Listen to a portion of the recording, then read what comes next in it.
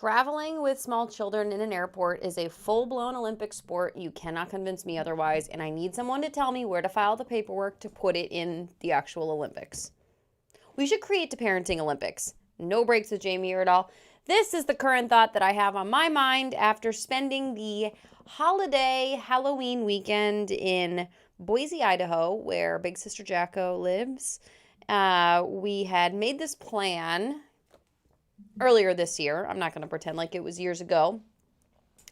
To spend one Halloween in Boise. The big to-do about Boise is that they go hard in the paint for Halloween. And while I do not spiritually or emotionally or physically or mentally commit to the Halloween the way others do, boy, can I respect it when you do. So I'll participate.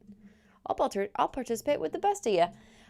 So we did. We went there, and the whole plan was, if you watched, by the way, my modified No Breaks with Jamie Erdahl that I posted on Friday, October 31st. If you didn't, go to the YouTube page. There's live videos, and then now for the first time ever, there's just one little video on a sad part of the page. That's just an edited version of me getting ready for the show that I host in the mornings called Good Morning Football. And it is just kind of like a quick run through of how we got ready for a morning television show with our Halloween costumes. Really fun. But the point is, because I had to fly later in the day. So I did my morning job as Carly Ursay Gordon, the owner of the NFL team, the Indianapolis Colts. I really do try on No Breaks with Jamie Erdahl to assume that you are here because you're a football fan, because I kind of want to grow an audience in which that is not the case. So I don't mean to sound patronizing. I just mean to sound like, hey, I'm going to quick explain it to you, what it means, what it is, what it do, baby boo. And so when I say things like the owner of the Indianapolis Colts, one of 32, I'm just trying to speak to the people that might not be the football fan. So there you have it. Anyways, that's what I was on Friday morning. So I did my best to kind of do a behind-the-scenes shoot. Then I posted the video to the No Breaks with Jamie Erdahl No Breaks Show YouTube channel, and it's under videos. You can go watch it. That being said, I flew later in the day. I traveled with my 1.5-year-old to LAX because my husband had traveled with our 2 older daughters earlier in the day, or earlier on Thursday, earlier in the week, and we all met there at my sister's. Now, I had a generalized concept as to what Boise did for Halloween, but I was not familiar with your game, Boise. Okay, it was incredible. They shut down these whole blocks in Boise, Idaho, in the spirit of Halloween, and it's like good, clean, fun Halloween. It's not like obnoxious. It's not all scary. It's not all fluffy. It's not all gore or commercialized. It's like authentic people, families, couples, older people, younger people that have committed to the bit in this huge neighborhood in Boise. So I was so thrilled to be a part of it. I was bleeping exhausted. However, a couple of things that I discovered from over the weekend. One of which is flying with just my 1.5-year-old is actually harder than if I have the other kids with me, as long as I have my husband with me. Because my middle child entertains the 1.5-year-old so much more than I can. Like, I'm not equipped anymore at this point. I'm not cool enough. I don't have like all the games that the 4.5-year-old does. So I'm like, you two, just put a seatbelt around you and you just entertain each other, and it worked perfectly on the way home. But I was solo YOLO on the way there. So we get there, exhausted, change everybody into their costumes. My 1.5-year-old fell down a couple of stairs, big bruise on the face. You know, it wouldn't be a family holiday if you know, without there being some kind of injury, bruise, and or full-blown tear meltdown. So we managed that, ice pack applied. And then we had an awesome time. It was a really cool Halloween, and I was so tired, and, there was kids to put to bed, that I was, like, asleep by 8:30. But, oh my gosh, I was staying in this room in my sister's house that looks over the street that all of the Halloween shenanigans was happening on. And people were going hard at 8:30, and not even that. It was like that thing went 8:30 to 10:30. So I think I may need to go back next year so I can fully enjoy it on a Saturday, get into town, do the rest, and go into the weekend. Like, I can really apply myself on Saturday. And I might have to find like a sitter to come and like make sure all the kids stay in their beds and whatnot so I can enjoy Halloween once everybody goes to bed. Because I have like FOMO issues. They are well documented. That is like a major case crime when it comes to me. I have the major FOMO. And I'm still thinking about how I must be really tired if I cannot be bothered to get out of the bed and go and get re-engaged socially. So that was the case on Friday. But I already think 362 days from now, 3 days from now, I'm going to be right back there having a rip-roaring good time in Boise. And it's going to be on a Saturday, and we are going to do the kid thing. The kids are going to have a great time. We're going to do the trick-or-treat. We're going to do the Halloween sorting. We're going to bop-boppity-bop with the candy. The kids are going to go to bed. And then I get to enjoy Halloween because it was a grand time. It really looked awesome. And just shout out to that place. I'm sure there's a lot of cool places in the U.S. that do things like that. But I really think it's on the sliding scale of what I mentioned, which is I think some are, eventized with like tickets and the cost, and you have to schedule things. That's annoying. Okay, then there's like too much of the kids stuff, like the Halloween parade. I don't really understand a Halloween parade. I'm not going to lie to you. I went to my nephew's elementary school for the Halloween parade. Every elementary school does this, it feels like, so I don't think I'm judging this particular school. What am I supposed to get out of that?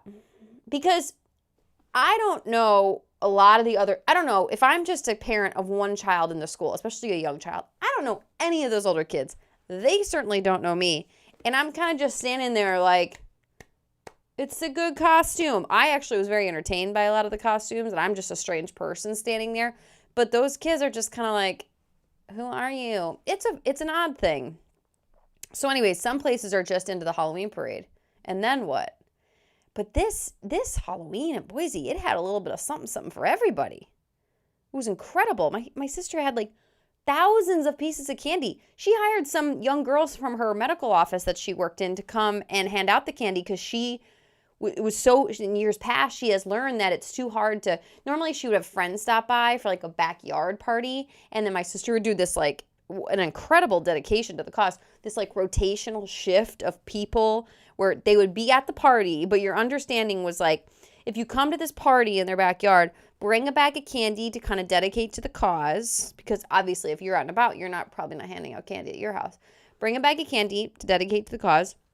Then you will also be at random assigned a shift to hand out candy. And I was like, Jacko, I mean, now that I understand the dynamic here, first of all, that seems like a lot to ask somebody who you invited to your party. I'm not really coming to a party that I'm invited to work like that. But Boise's one of these places. It's like everyone's so nice and they're like all like the outdoorsy type, which I'm not really like that. It is funny, speaking of that. One of the things that always happens when I'm in Boise hanging out with my sister and her husband is that Boise, because it's not a pro sports town, they have Boise State football, Boise State athletics, not a pro sports town, period, paragraph, like not an offensive thing to say, I think. There are fans of teams. However, even just biking around, I see a lot of other college flags that I really enjoy seeing. Very misplaced Auburn University flag in the middle of Boise, a couple of them actually, which is strange to me, but not a big pro sports town. To that point though, because my sister has such an awesome community there, when I go to interact with her friends or their social circle, go to say hi, how you doing? And just every single time, this is how it tracks. Hi, I'm Jacko's sister. Oh yeah, do you do stuff with the NFL? I'm like, yeah, I do. And they're like, gosh, I'm so sorry. I do not care about the NFL. And I'm like, it's fine. Like, why? You don't even have to apologize. Like, I probably don't care about stuff that you're into because you live in this place, because you have this community of the outdoorsy type. I can't go hard with you about downhill skiing or cross-country skiing or rafting or mountain biking. That's kind of where, our conversations are going to fall off the cliff. You don't have to apologize to me because I don't feel compelled to apologize to you. But it's just a good place for me to go to kind of like gut check. I'm like, wow, there are people on the planet who don't care about football. I'm not one of those people, and I don't really roll with people like that. But that girl's my blood sister, And I will spend time with her people, but her people don't care about the footballs, all right? So that's okay with you. We have a couple of things that we want to get to. That was already at the first 12 minutes. That is like I always do this. I sit here, I was perusing some things on my phone in preparation of an independent No Breaks with Jamie Erdahl today. And I saw a couple things and I was texting them to my husband who's upstairs working. And he's like, is this what you're doing? 10 minutes before the show starts? And I'm looking for inspiration, okay? I like to peruse the apps to see something that sparks that's something that probably like annoys me. And then I could talk about it on here. So I always like to do a little, brain dump Monday recap of what happened over the weekend. So that was Halloween Friday. It was a fantastic time. And I'm sorry, sweet honey, if you're listening upstairs, I think we're going back next year because I kind of want to hang on a Saturday and have the energy to do so. Saturdays are always my best day of the week, energy-wise, when I'm, in season for Good Morning Football. So Friday was great. The kids had an awesome time. A lot of candy. I think I'm going to have like one bragging point of pride for parenting. And I'm sure at some point I've probably like traumatized them into this being like disordered eating later in life. So, check back in with me in about 10 years. But my kids don't do like the possessive candy thing. And I'm actually like judging myself from when I was a child in the Halloween spirit. First of all, my kids were perfectly happy with just like the bucket, like the plastic pumpkin bucket, which, doesn't really, maybe 50 pieces of candy you're going to get in there. I used to say like, I'm not going unless I have a pillowcase. I wouldn't be that dramatic, but you know what I mean? I was running around Minnesota neighborhoods with a pillowcase of candy. And one time, I definitely remember a couple years where that pillowcase got too heavy and I needed to go home, dump it, and then go back out. Okay? So my kids, first of all, okay with the bucket. Now they're 6 and 4, so like, I guess maybe I should pause this like pat on the back for later, but bear with me.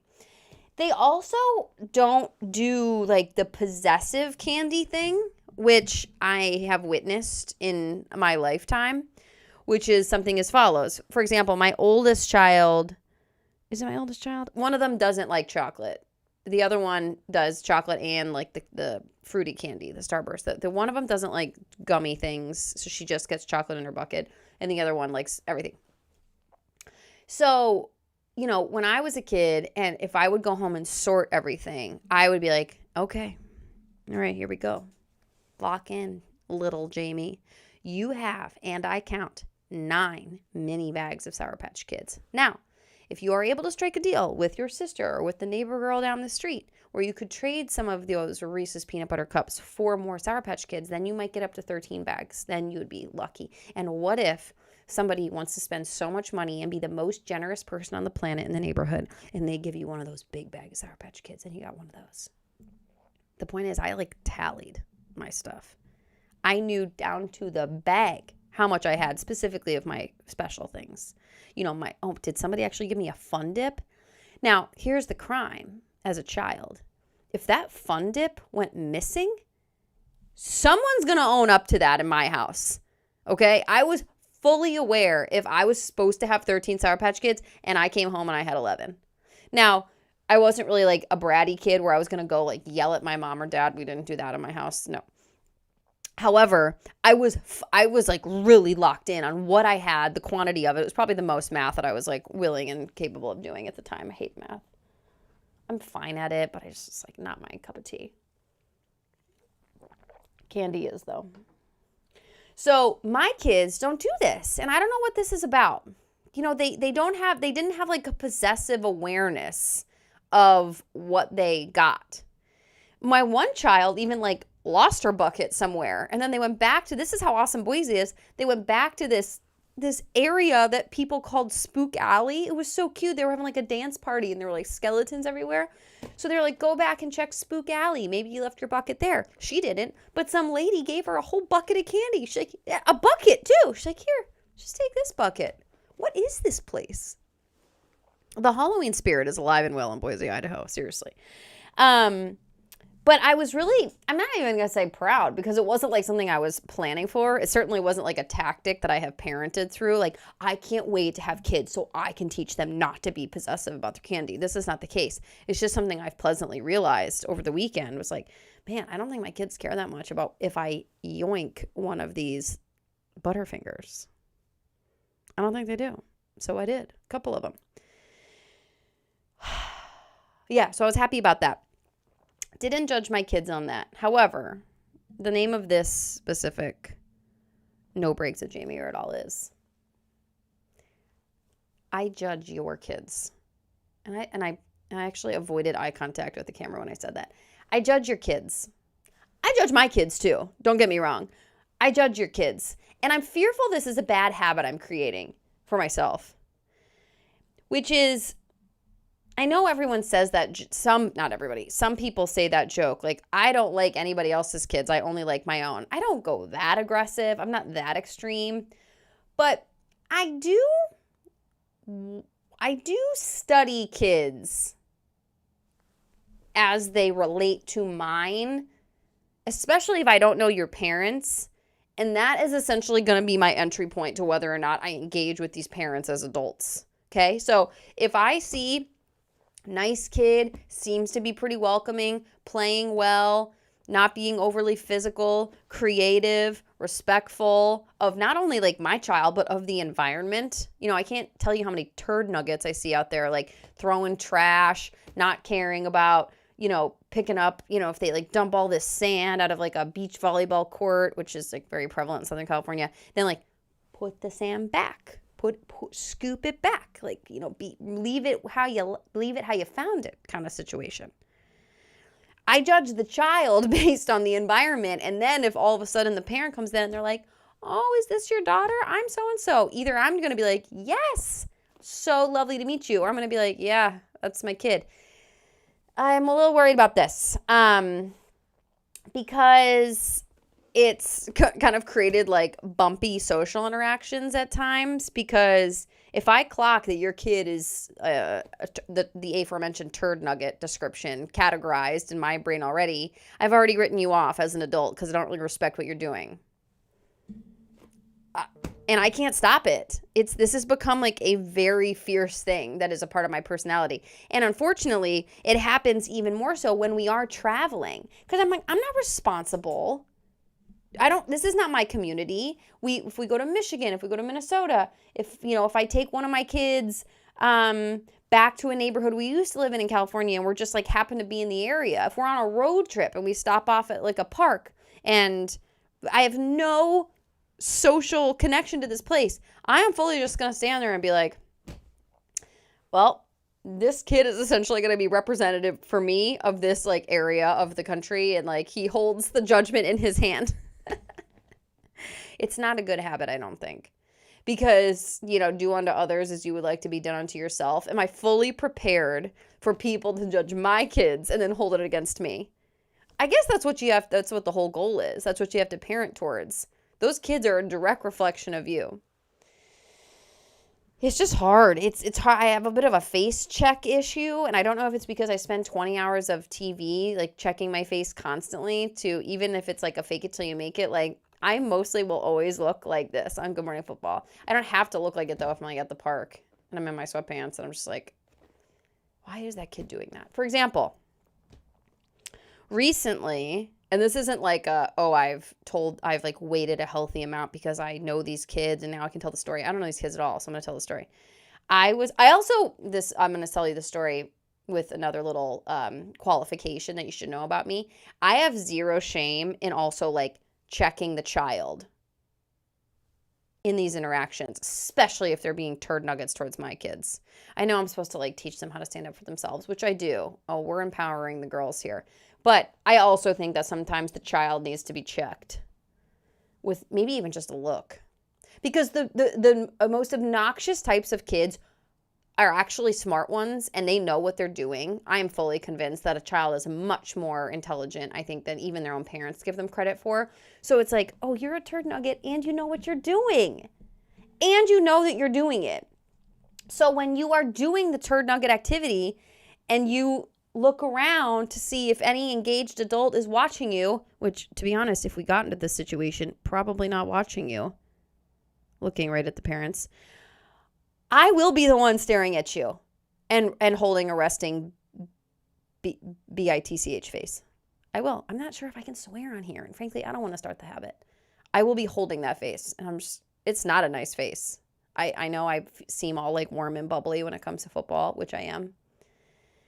I am all warm and bubbly when it comes to sweatpants, which I am.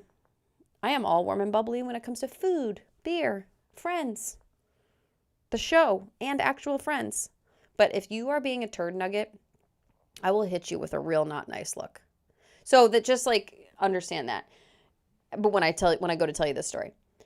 So recently I was at a new park, actually a local park with my kids, and I got 3 girls, right? And I just kind of like unleashed them into this like playground setting.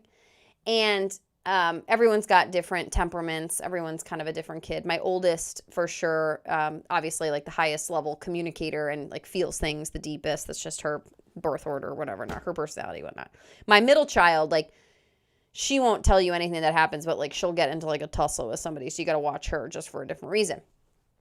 So we get to this playground, and not within 3 minutes, I'm making sure I'm kind of understanding the surroundings, just also for my littlest one that's toddling around.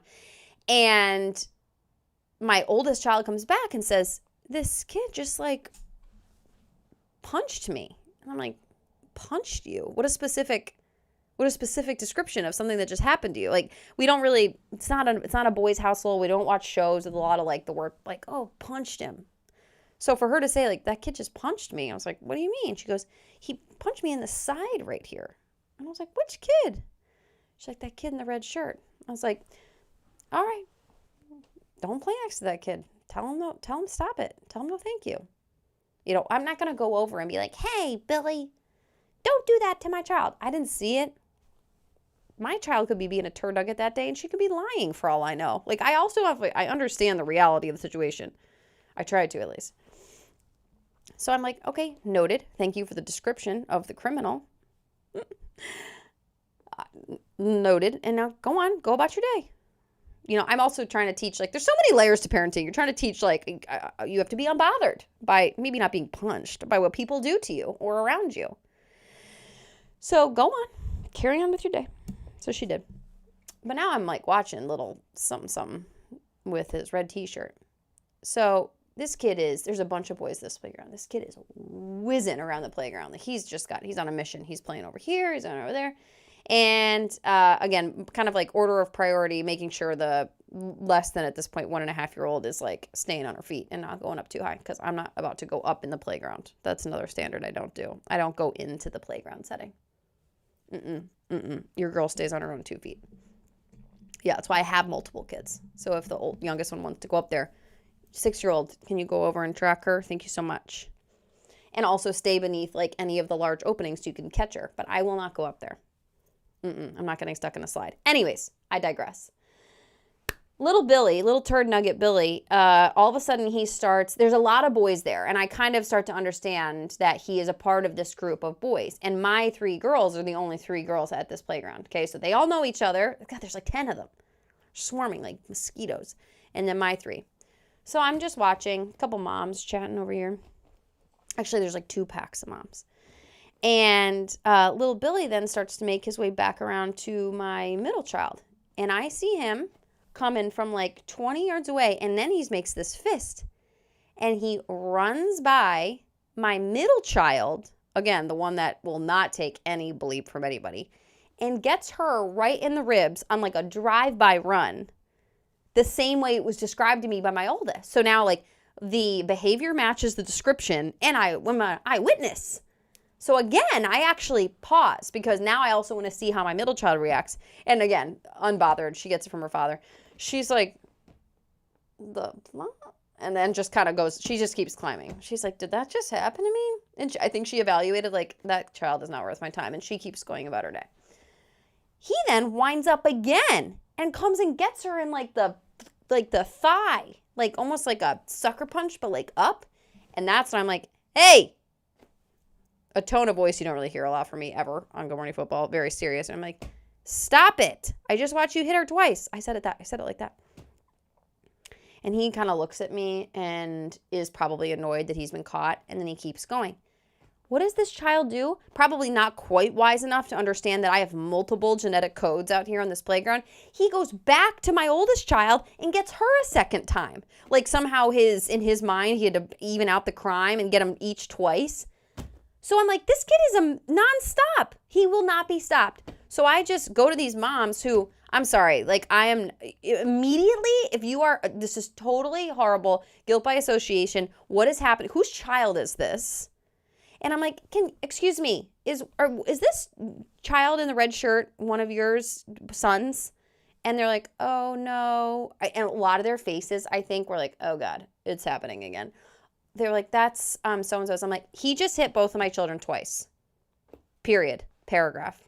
I'm not asking you to do anything about it. This is a statement of fact. Respond accordingly, please. Take responsibility amongst your gaggle of people that you're with and circle the troops and figure out what is happening right now. So a mom then kind of breaks off, goes and tells the other mom, who's I believe is this child's mother, that this is happening. This woman is pushing a baby on a swing. Hope that baby's doing all right. And she's like, oh, come over here. And then she just kind of keeps him like within her like 5 to 10 feet. I don't really witness a like serious conversation. And I'm sorry, but if you're hitting two different kids twice at the same playground, feels like a behavior that's been done before. How are you not having an extended conversation? How are you not leaving the scenario? I love a good abrupt leave. I actually think, in my mind, that was the most impactful of parenting moments when I was a kid. Oh, you're going to act like this? We're done here. I know it seems harsh. Actually, gosh, I should have Chris tell this story. There's a great story Chris told us once of his kids when they were young, and we'll have him retell it. It was totally validating, and our kids were too young to apply it, but I've done it now. I haven't done it with the way he described it, but they essentially, Chris and his wife, Fran, went to a social setting with friends that they see all the time, and their kids were in just like a really bad stretch of behavior, which like be an adult and recognize when your kids may be like having a tough time or like not really understanding a social skill. Just have an honest moment and apply yourself as a parent. Just a suggestion. But he agreed with Fran, like, hey, we're going to go to so-and-so's house. Inevitably, our kids are going to act like turds. And let's leave. Or I will leave with them or something like that. It was like an agreed upon plan. And then the friends were informed. And I think they did it. It was like, honey, throw me the keys. And she did, and they left. And their kids were like, in shock and terror of like, wait, we're actually leaving because of our behavior. What a fantastic lesson. I bet they didn't even have a dinner cooked, these friends. They were like, well, Chris and Fran said they were leaving anyways, so we don't have to, this is just a pretend. The roast is in the oven. Not. This is just for everybody to learn a lesson. Genius. So I just fear that And something happened this weekend in Boise where I was just not having it with the kids. And a little bit was aimed towards the kids that are in my family, which I don't tolerate well. I will immediately step in if it's like unsafe behavior towards another child. Frankly, it doesn't have to be my child. Anyone that seems like a vulnerable party, and if I can observe immediately that you are being like a bully or a turd nugget, I am going to like verbally just be like, I use excuse me a lot because I think it breaks the turd nugget cycle that's happening in the child's brain. Also, like, not my kid. I recognize that. I don't want to overstep. I'm not going to go over there and be like, we don't hit. And the kid's like, who are you? Who's we? I'd be like, you know what? You're right. Good point. But I'll just give it a quick excuse me. Like, I am watching you. I am your own version of your Ring camera, and you don't want to see the tape back. So sorry.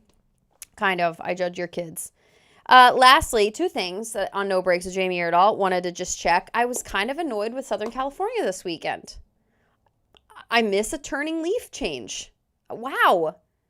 I really can't put into words. You know what? The travel I realize now that I've done in the last several years has been internationally, which sounds really annoying and braggy, and I don't mean it to sound like that, but it's not really like immediately around the leaves changing. And if it is like London or something or Germany, it's not what I'm paying attention to. But wow, living in Southern California and then going to like a nice mountain town, desert mountain town, I don't know what you call Boise, Idaho. Oh my gosh, I was like seeing colors that I had never seen before. Stunning, even though I'd seen them my entire life in the Midwest, but like I had missed a tree changing leaf colors. I don't know if that's the right phrase. Wow. And so I kind of was annoyed with Southern California this weekend. I was like, I need a little bit more pizzazz when it comes to seasonal change. You know what I mean? However, check back in with me in January when everybody is shivering me timbers in Minnesota and whatnot. And I'll probably take it back. It did make me miss, a true fall. However, it was like a little unfair. I'll give it that. It was like 58 and the leaves had turned, which like if it's 28 and the leaves have turned, then that sucks. So you can't have it every single way. And it was probably like the most annoying 48 hours of just like perfect fall weather that made me hooked to it, addicted to it. And then I want it and I want to replicate it and it can never be done. So what am I doing complaining about this? I live in Southern California. Lastly, I may be a little bit inaccurate of this exact date, but bear with me. I think today is the first day of regular season college basketball. I've seen some televised, $1 in the sports jar. I see some televised. We also have to decide what charity the sports jar is going to go to and what the frequency in which we're going to do that. I've seen some televised preseason games and the coverage has begun to pick up. And indeed, in fact, I told my co-host on Good Morning Football, Manti Te'o, that like everybody has their different definition of a season changing. And everybody, like, just think about it for a second. Like, oh, I just know it's springtime when fill in the blank. Like, oh man, summer is truly here when fill in the blank. My definition of fall is, I know this is niche, but how do you say that word, by the way? Is it niche, or niche? Niche? Did I just say it 3 different ways? Niche, or niche? Let me know. This is very specific, but my definition of fall is when college basketball media days happens. Which really tells you where my social media followership lies. The people that I follow specifically on X, when they start posting about Big 12 basketball media days, I'm just like, oh, hell yes. It must be fall. Let's go. So I think it's the first day of regular season college basketball, which I am just so incredibly here for. Every year, I sadly get a little bit more removed from college basketball, despite it being my leader in the pack favorite sports property to watch besides the NFL. Like, there is no other option, period, end of sentence. I respect a lot of other sports. College basketball is my favorite.